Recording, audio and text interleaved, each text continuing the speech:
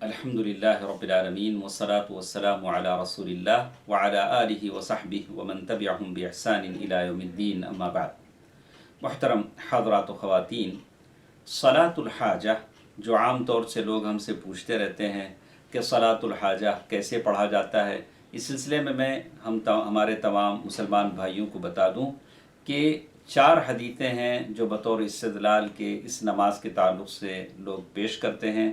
صلاۃ الحاجہ کے نام کی کوئی چیز سنت سے ثابت نہیں ہے اس نام سے۔ البتہ صلاۃ الاستخارہ ہے، صلاۃ التوبہ ہے، صلاۃ الاستخارہ آدمی پڑھ سکتا ہے، اس کی دعا مشروع ہے، لیکن صلاۃ الحاجہ کے نام سے 4 حدیثوں میں سے پہلی 2 حدیثیں ایسی ہیں جو بالکل ضعیف اور موضوع ہیں، جس میں بہت زیادہ رکعات اور ہر رکعت میں رکوع میں الگ الگ پڑھنے کی دعائیں بتلائی گئی ہیں۔ یہ موضوع روایتیں ہیں، ضعیف روایتیں ہیں۔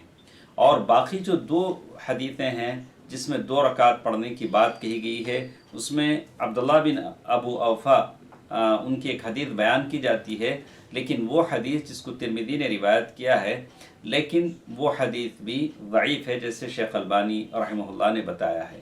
تو اس طرح سے صلاۃ الحاجہ کے تعلق سے جتنی حدیثیں بیان کی جاتی ہیں وہ بالکل ضعیف ہیں۔ عبداللہ بن ابو اوفا رضی اللہ تعالی عنہ سے جو حدیث بتائی جاتی ہے، اس میں دعا نقل کی جاتی ہے، کہا کہ لا الہ الا اللہ الحلیم الکریم، سبحان اللہ رب العرش العظیم، الحمدللہ رب العالمین، اسألک موجبات رحمتک وعزائم مغفرتک والغنیمۃ من کل بر والسلامۃ من کل اثم۔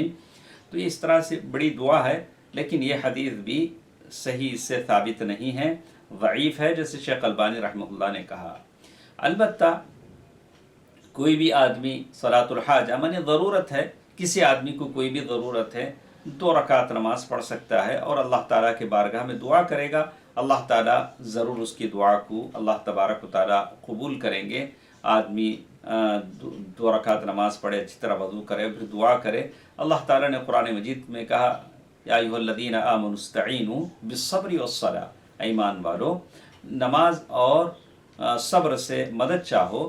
تو عام جو دعائیں ہیں اس سے آدمی اللہ تعالیٰ سے اپنی ضرورتوں کی تکمیل مانگے، لیکن اس نام سے صلاۃ الحاجہ کے نام سے کوئی نماز شریعت سے ثابت نہیں ہے، اور جو حدیثیں اس سلسلے میں کہی جاتی ہیں وہ ساری کی ساری ضعیف ہیں۔ البتہ جس کو اللہ تعالیٰ سے اپنی مراد مانگنی ہو، اپنی ضرورتیں مانگنی ہوں، وہ جو دعائیں صحیح ہیں ان دعاؤں کو پڑھے اور 2 رکعت اچھی وضو کے ساتھ اچھی طرح وضو کر کے پڑھے، اللہ تعالیٰ کے بارگاہ میں گڑ گڑا کر دعا کرے، اللہ تعالیٰ ضرور اس کی دعاؤں کو قبول کریں گے۔